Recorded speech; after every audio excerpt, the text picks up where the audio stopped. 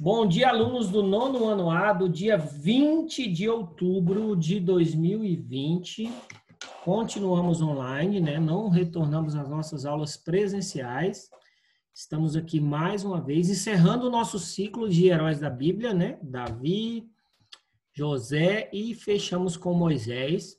Espero que vocês tenham gostado e aprendido, que a Bíblia ela é um livro fantástico de muitas histórias. E a gente tem que ser apaixonado por ouvir histórias, pois elas nos ajudam a prevenir alguns acidentes e incidentes que podem acontecer durante a nossa vida, que vocês já perceberam que a vida aqui é realmente muito curta, né?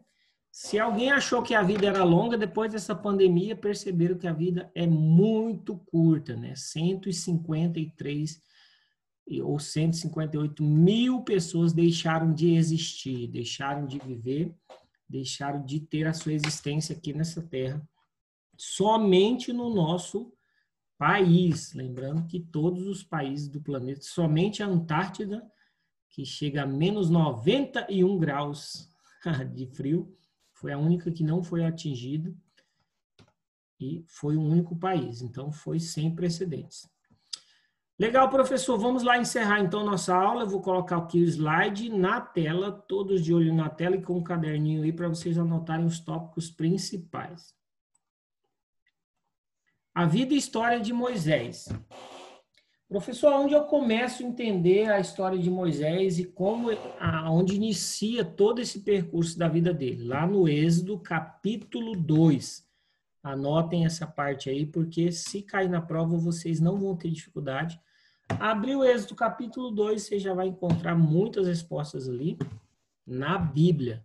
Qual que é o livro de Êxodo? É o segundo livro da Bíblia, né, dos quais 5 deles foram escritos pelo próprio Moisés, pela sua sabedoria e por ter convivido no palácio do melhor conhecimento que tinha, da melhor comida, da melhor cama, dos melhores professores, porque ele era um príncipe, né? Ele era filho da princesa, que foi criado lá, filho adotivo, claro, mas ele morou lá 40 anos de idade, é muito tempo, e ele escreveu lá o Gênesis, Êxodo, Levítico, Números e Deuteronômio. Gênesis é a história do planeta, né?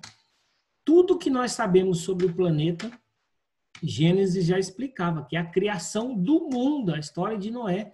Vocês imaginam como que é a capacidade desse homem de entender? Então, eu acho que na Bíblia não tem ninguém que tenha experimentado a presença de Deus, as orientações de Deus, os mandamentos, as leis, os milagres naturais, sobrenaturais e mega, ultra radical. Foi o Mar Vermelho se abrindo, as 10 pragas, coisas assim que você não vê em qualquer outro local da Bíblia, milagres assim que foram extraordinariamente tops, vamos dizer. Moisés viveu aí com Deus e ele experimentou, ele sentiu a presença de Deus, viu Deus de perto.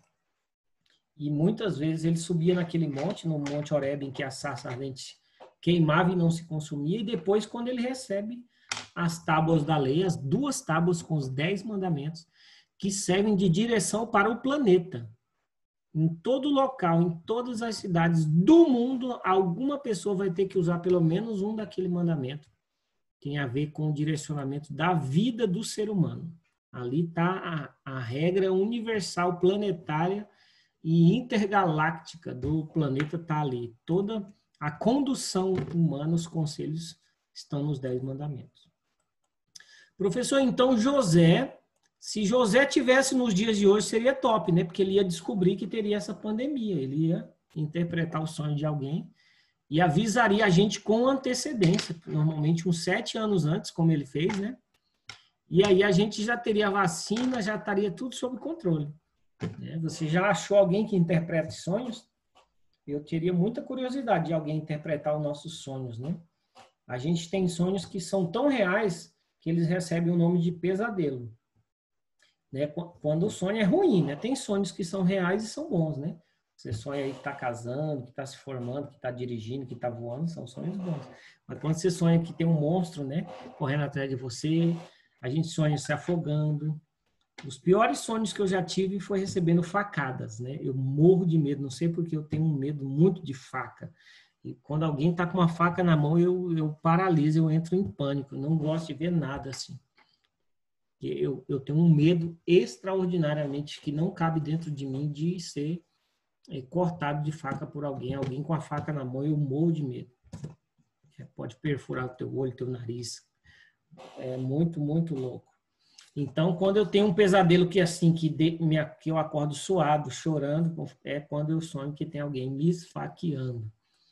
Então, durante o pesadelo, a gente tem sonhos que a gente fala, o que esses sonhos têm a ver, né? Eu estava morando numa cidade, de repente eu voltei para minha cidade, estava correndo nu no meio do nada, né? Gente que sonha correndo nu, tem gente que sonha apanhando, né? Ou brigando de soco com alguém. E sonha achando dinheiro, né? A gente tem muitos sonhos. Sonha com alguém perseguindo a gente não sabe quem é, um monstro correndo atrás de você. Sonha que está caindo num precipício, né? Os piores é quando a gente sonha que está se afogando. Imagina você sonha que está se afogando, você acorda sem ar, né? Então sonha levando um tiro, ou sonha sendo um super-herói também, né? Se transformando num Power Ranger. Quando eu era criança, sonhava ser um Power Ranger, eu não conseguia morfar. É hora de morfar, colocava a mão no relógio, não transformava no herói que eu queria. Então José teve essa sabedoria. O Gabriel fala, eu não respiro. Tem vezes que a gente acorda sem ar. Quando você sonha que está se afogando, né? Você acorda, parece que não estava respirando. E o pior de todos, quando a gente é adulto, quando a gente sonha fazendo xixi, aí a gente faz xixi na cama, né? Sonha com a bexiga cheia, toma tereré, sonha que está fazendo um xixi e de repente você olha e você está todo cheio de xixi. Então, José, se ele tivesse nos tempos de hoje, ele interpretaria os sonhos e não passaríamos por tantas guerras ou a gente não passaria por essa pandemia, porque ele ia interpretar o sonho de alguém que imaginou. E aí ele ia ficar muito famoso, né? Aí os presidentes iam falar, não, é esse cara que eu quero próximo de mim. Porque José não só interpretou os sonhos, mas ele deu a direção, ele falou o que teria que fazer. Aí o faraó falou, olha, achei muito legal, e José não queria ser governador, ele queria voltar para a terra dele, ele queria ver os irmãos, os pais, ele estava com muita saudade. Ele não desejou ser um governador. Então ele falou, olha, eu não quero, mas o faraó falou, cara, não tem outra pessoa, você descobriu o sonho, você falou como que deve fazer, a quantidade que a gente tem que estocar, os silos, como deve ser feito, então é você. O Gabriel falou, professor, falando de sonhos, lembro de sonhos que se tornou realidade.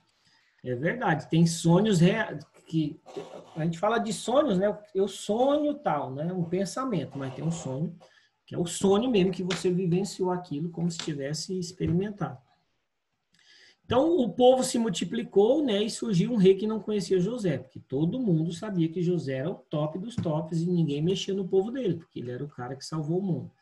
E aí vem José falece, morre, né? E vem uma geração depois dele que também morre. E aí passa ali 100, 200, 300 anos e aí o povo começa a se multiplicar e começa a crescer. E a terra se enche de hebreu e de israelita por todo quanto é lado, né? Muitos homens, muitos guerreiros. Israel, a palavra Israel significa guerreiro de Deus. O faraó, percebendo isso, ele falou, olha, esse povo está se multiplicando, crescendo, em breve eles vão tornar-se um exército gigante e são eles que vão nos escravizar. E aí, com aqueles conselhos, né, mirabolantes daqueles conselheiros dele, ele teve esses 3 decretos. Vamos colocar eles para trabalhar forçados. Nasceu uma criança, é menino, nós vamos estrangular, cortar a cabeça, matar, torcer e jogar no Rio Nilo. Que tristeza, né? Com isso, os egípcios faziam eles trabalharem, porque Israel era todos os filhos que eram de Jacó das 12 tribos com dureza. E assim que eles fizeram amargar a vida, com dura servidão, eles trabalhavam em barros e em tijolos, e com o trabalho no campo, com todo o seu serviço, obrigavam eles com dureza. Então, aqui existem muitas histórias de que possivelmente pirâmides do Egito foram construídas nessa época de muita escravidão, que eram 3 milhões de hebreus. Eles eram realmente um povo muito grande, estava crescendo muito. O faraó precisava ocupar a cabeça deles ou escravizá-los, para que eles não tivessem planos e sonhos. Então, o rei do Egito falou às parteiras hebreias, né? Naquela época não existia o parto cesáreo, que é aquele que corta a barriga da mulher em várias camadas. Depois que eu descobri que a nossa pele tem um monte de camadas, vai cortando, cortando, vai abrindo 1, 2, 3, 4 e vai abrindo até chegar lá no bebê. Dá uma anestesia no meio das costas das mulheres, para elas não sentirem a dor, né? Costuram de novo, tira o bebê ali, mas antigamente era tudo parto normal, né? De forma humanizada, como diz hoje, eles chamam de parto humanizado, que é a mulher que quer ter o filho de forma natural, como todos os outros seres. Então, essas mulheres, elas eram parteiras, mas elas se tornaram... Por que o nome delas saíram na Bíblia, professor? O nome de uma era Sifrá e a outra era Puá. Justamente porque elas salvaram, além de Moisés, vários outros bebês. Né? Quando uma autoridade recebe um decreto e é algo que é ruim, imagina você é uma autoridade, um policial, e você recebe um decreto na nova pandemia, que se você encontrar alguém sem máscara, você deve prendê-lo ou bater nele. Se ele mostrar resistência, você pode usar o cacetete ou o spray de pimenta. Fala, puxa, isso é muito forte, muito maldoso, não vou fazer. Então, tem muitas autoridades que, mesmo diante de um decreto, elas não cumprem totalmente o decreto por misericórdia, ou por compaixão, ou por rever a realidade daquela pessoa. Né? Então, as parteiras começaram a não querer matar esses bebês, e aí o rei até muda depois, com o tempo ele pede para que os soldados vão lá, estrangulem, cortam o pescoço e joguem no rio Nilo. Quando ajudardes a dar luz às hebreias e ouvirdes sobre os assentos, se for filho, matai-o, mas se for filha, então vive. Então, vocês, meninas, sobreviveriam. Eu e o Gabriel estaríamos ferrados nessa época. Não existiríamos, porque os homens, por ir mais para o exército, né, aeronáutica e marinha, sempre quando tem uma guerra, há a convocação masculina, né? Então, a gente morreria porque eles não queriam homens crescendo para serem combatentes e deveriam ser mortos, para não crescer mais. Próximo, então, os meninos seriam jogados no rio Nilo, que esses amarelinhos aqui vão cair na prova, tá? O rio que eles jogaram os bebês se chamava Rio Nilo. Então ordenou o faraó a todo o seu povo, dizendo, lançareis os que nascerem no rio, mas todas as filhas guardarei com vida. Êxodo capítulo 1, versículo 22. E aí vem e nasce o Moisés, que era um filho de 2 pessoas aqui. Nós vamos saber os amarelinhos, que vocês devem gravar aí também. A mãe de Moisés chamava Joquebede, e o pai chamava Amrão. Eu já conheço pessoas que chamam Arão. Na nossa igreja tem um Arão, eu já conheci também outros Arão. Mas esse pai de Moisés não chamava Arão, chamava Amrão, com N mesmo, essa é a palavra, pronúncia correta. Eles eram da tribo de Levi, da casa, eles chamam casa ou tribo, né? Antigamente os homens tinham 5, 6, 7, 8, várias mulheres, e cada uma tinha vários filhos, 5, 7, 10, 15, 17, muitos filhos, e aí imagina, cada mulher tendo vários filhos, eles se tornavam uma tribo mesmo, uma colônia ali, moravam todos juntos, filhos do mesmo pai, aumentavam e era muito legal, e aí cada tribo tinha o seu nome, tribo de Levi, tribo de Judá, tribo de Benjamim, tribo de Manassés. Cada um desses pais recebia um nome e se tornavam essas tribos. E eles eram ali descendentes da mesma. E eles se casam e têm um filho, esse bebezinho, na qual a mãe guarda ele por 3 meses. Foi o tempo máximo que ela conseguiu esconder. E aí ela percebeu, os guardas já viram uma movimentação diferente, o bebê chora, né? E aí os vizinhos também que perderam os filhos já vão e denunciam, né? Então ela pensou, olha, eu vou esconder esse filho por 3 meses, não estou conseguindo mais, vou colocar ele num cesto, vou colocar nas águas e colocar nas mãos de Deus, né? Joquebede literalmente colocou os filhos na mão de Deus, que ela não sabia o que ia acontecer com ele, né? Esse cesto poderia afundar, ou um animal comer essa criança, ou ele morrer de fome, de sede, no calor, ou algum soldado mesmo achar e terminar de matar ele. Então Moisés fica ali, ele é encontrado pela princesa, né? Recebe o nome de Moisés, que significa tirado das águas, e ele vive 40 anos ali. Ali ele aprende de tudo. Por isso que se fala, professor, mas como que ele conseguiu escrever os 5 primeiros livros mais importantes da Bíblia, que é a história da humanidade? Como que ele tinha essa mente, essa perspicácia, essa sabedoria, essa vontade e todo esse contexto para ele entender a mente de Deus praticamente, as leis, como que se devia se comportar. Moisés foi top demais. Os 10 mandamentos é usado no mundo inteiro. Então ele vive lá 40 anos e aí ele mata um hebreu e vai viver num deserto mais 40 anos. Aqui ele achou que era alguém, depois ele viu que ele não era ninguém e de repente ele viu que Deus era tudo. Porque Deus aí começou a falar, Moisés, agora com 80 anos, eu quero que você volte para lá para o Egito e não é. E foi para isso que eu te preparei. Te preparei 40 anos lá, 40 anos aqui no deserto. Você tem sabedoria, tem experiência, cuidou de ovelhas, já tem filhos, casou. Agora eu vou te usar para você libertar o meu povo, que eu não quero que eles vivam essa vida que eles estão vivendo de escravidão. E aí Moisés vai, né? Encontrado o bebezinho, a irmã dele chama Miriam. Vários nomes na Bíblia, a gente nem sabe de onde sai, né? Mas você conhece alguém chamado Miriam?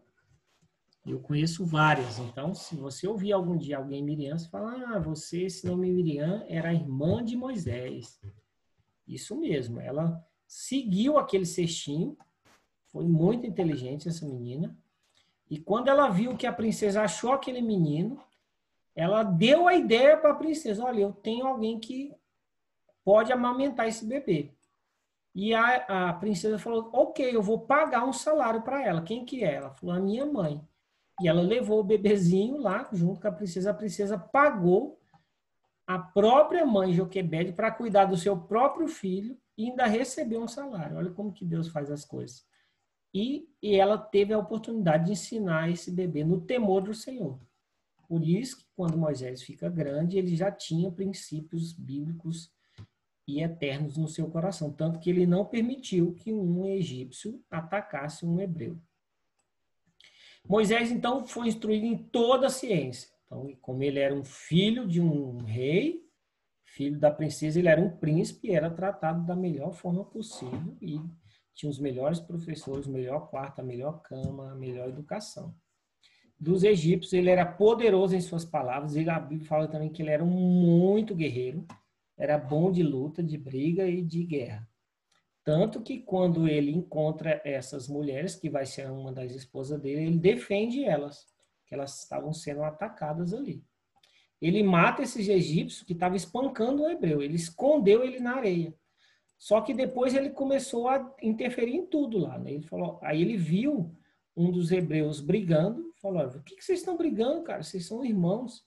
E aí um dos hebreus falou, olha, eu sei que você matou um egípcio. Meio que jogando uma denúncia nele. E aí Faraó descobre que ele matou um egípcio. Ele falou, meu Deus, esse menino, a gente criou ele aqui, adotado, e agora ele vai se rebelar contra a gente? Possivelmente a mãe, a princesa, falou, não faça mal ao meu filho. Mas ele era o rei, né? Ele falou, nós vamos matar o Moisés. E aí é onde o Moisés vai para o deserto, ele foge para o deserto de Midian. Então ele é acolhido, anota esse nome aí, Jetro, é o sogro de Moisés, é muito conhecido esse nome. Moisés teve um sogro chamado Jetro e ele é conhecido como Reuel. Reuel era um amigo meu, eu tenho um amigo chamado Reuel. O Jetro, ele tinha 7 filhas, que legal. E aí o Moisés casa com uma mulher. Qual a mulher de Moisés? Chama Zípora. Esse nome eu nunca vi aí no planeta. Mas Gerson eu já vi, que é o nome do primeiro filho de Moisés com a Zípora. Então, Gerson é o filho de Zípora com Moisés e o seu sogro se chamava Jetro. Tudo isso aí vai cair na prova. Qual o nome do sogro? Qual o nome da primeira esposa e o primeiro filho? Facílimo. Então, ele começou a apacentar o rebanho de Jetro, né? O seu sogro lá em Midian, ele vive no deserto esses 40 anos e ele vai para um monte lá um dia, apacentando as ovelhas, e aí Deus apareceu para ele através de um anjo, né? E essa chama de fogo no meio de uma sarça, que era um tipo de um galho que pegava fogo e não se consumia. E aí Deus chamou ele. Você vai ver quem é de igreja, vai em igreja, você vê muitos pastores, missionários, contando as experiências de como eles foram chamados por Deus, como que eles tiveram essa sede, essa vontade, um momento até que eles choram, né? Percebendo que Deus está convocando eles para fazer algo sobrenatural, mudar de país, né? O missionário que muda de cidade, muda de bairro, e para estudar, e para ser um pastor e liderar uma igreja e transformar a vida de pessoas, casamentos, filhos que são drogados. Nas igrejas a gente lida muito com pessoas tristes, depressivas, pessoas sem esperança, chegam lá, ex-presidiários, ex-prostitutas, crianças abandonadas, crianças que foram abusadas. E todos esses precisam reconhecer que Deus os ama. E aí esse amor fundamental lacra o ser humano e faz ele forte novamente. Inacreditavelmente, Deus entra nas nossas emoções, nos nossos traumas, nos nossos medos, e aí o cara se torna empresário, faz 2, 3, 4 faculdades, começa a investir e casa, tem filhos e cria os filhos de maneira bem instruída. É muito legal. Para que tires o meu povo, então, todo esse percurso de Moisés, tudo se combinava para que Deus chegasse e falasse para ele, olha, tudo isso que você viveu é para que você volte ao Egito e tire o meu povo de lá. É você que vai liderar esses 3 milhões de hebreus. Moisés naturalmente ficou inseguro, né? Quem que aceitaria uma proposta dessa, né? Voltar lá para o cara que queria matar ele. E possivelmente esse faraó já estava quase bem velhinho, ponto de morrer também. Eu serei contigo com os poderes concedidos. E aí Deus envia Moisés e ele realiza vários milagres, né? As pessoas tinham que comprovar ali que realmente o que ele estava falando era de Deus. Então ele joga um cajado, o cajado se transforma em cobra e ele pega no rabo da cobra e a cobra se transforma num cajado de novo. Então eles fez várias mágicas assim, né? Milagres que as pessoas falavam, Moisés realmente é chamado por Deus. Então ele recebe a bênção do seu sogro, né? Imagina esse sogro tendo que liberar ele com a filha, com os netos. E aí ele leva esse bordão de Deus e faz vários milagres. Depois o Moisés, que ele está no deserto, né? Ele vai e se encontra com o irmão dele. Olha o nome do irmão dele. Lembra que o pai se chamava Arão? O nome do irmão dele é Arão mesmo, redondinho. Arão. Ele recebe e fala, mano, eu recebi tudo de Deus. Ele falou comigo através de uma sarça ardente. Esse fogo pegava nesse galho e não pegava fogo. E ele falou que eu vou libertar o povo. E ele já me mostrou tudo que eu vou fazer. Eu tenho que fazer alguns milagres na frente das pessoas, né? E transformar várias coisas na frente deles e contar esse testemunho para que as pessoas acreditem que realmente eu posso liderar elas, né? Porque afinal eles vão deixar o Egito, né? Mesmo no sofrimento, as pessoas não querem deixar a casa, os bens que eles tinham, mesmo um pouquinho ali, né? E ir para um lugar que eles desconheciam, seguindo uma pessoa que diz que ouviu de Deus. Então era arriscado. E aí Moisés se torna um libertador. Ele mostra as 10 pragas, uma por uma, até o faraó ficar louco. Morreu o filho do faraó, que é o primogênito, né? O primeiro filho mais velho. E aí eles vão peregrinar por esse deserto durante 40 mais 40 anos. E Moisés que gosta de 40 anos. E aí eles vão ficar ali durante 40 anos vivendo sobrenaturalmente os milagres. Comendo do que Deus dava do céu.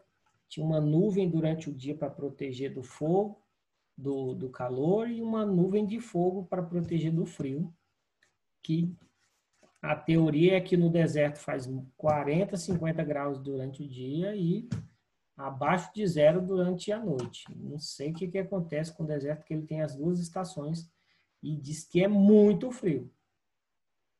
Apesar que por ser um local aberto, né? Legal, esse é um resumo total do que vocês vão fazer na prova, muito legal, vai ser super simples. E as nossas provas são diretivas, né, para que você não seja provado, né, não é uma prova para ser provado, mas é uma prova para você crescer no seu conhecimento, que é mais legal, porque você já sabe e aí você aprende mais um pouco. Essa foi a nossa aula de hoje, espero que vocês tenham gostado. Tenham uma semana legal, abençoada, top. E vamos fazer uma oração? Curva a sua cabeça onde você está. Vamos falar com Deus. Deus, muito obrigado, porque o Senhor guardou a vida de todos os alunos do colégio. Nós não perdemos nenhum aluno com essa pandemia, o Senhor livrou da morte, e essa morte que está aí, todo dia batendo na porta de muitas pessoas.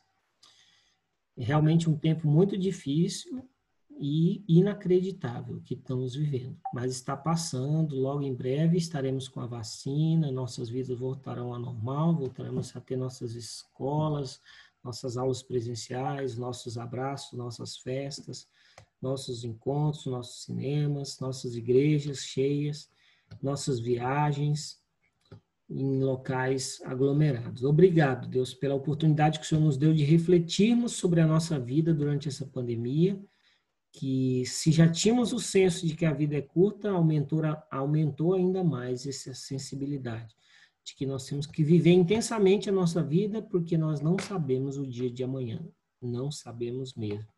E por isso que nós confiamos no Senhor, em nome de Jesus. Amém. Valeu, pessoal. Obrigado pela atenção. Boas aulas para vocês durante a semana. Até o próximo encontro. Amém, amém. Gabriel deu amém. Miriam. Conheço a Marian.